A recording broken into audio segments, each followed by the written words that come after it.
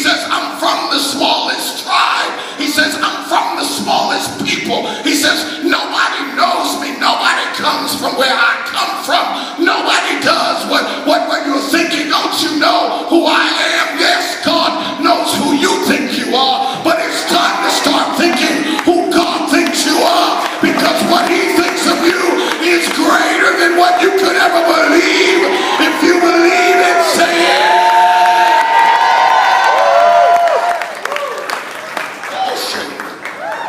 Ladies and gentlemen, Saul is just doing his own thing.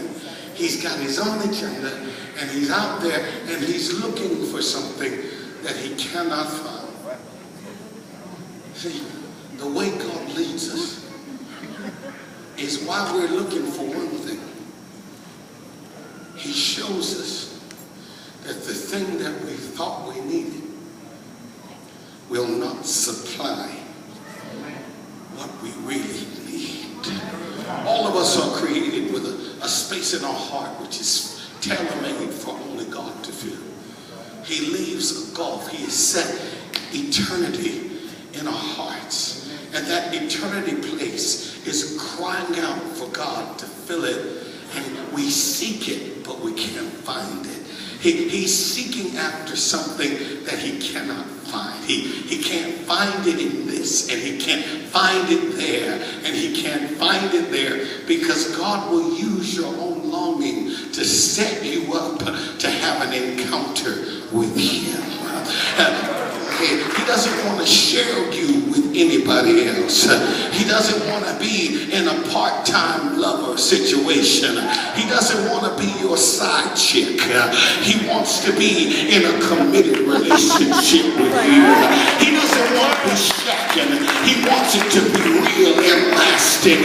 He wants you to have a commitment to him that is forever. And he's patient enough to let you go through this and go through that and go through that, and finally you say, there is no satisfaction without Jesus.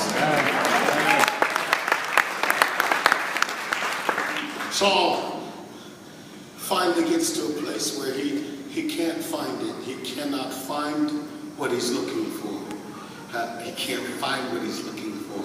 And so his servant who's with him says, let's go see. I heard that there is a seer. Would you say that would be say a seer? Yeah. See, this word seer is what we get to, now we call them prophets. But in the days of the Old Testament, in the days of old, in the Old Testament, they didn't call the prophets prophets, they called them seers or seers. And the reason is because they could see. And God is raising up people in this last age who can see.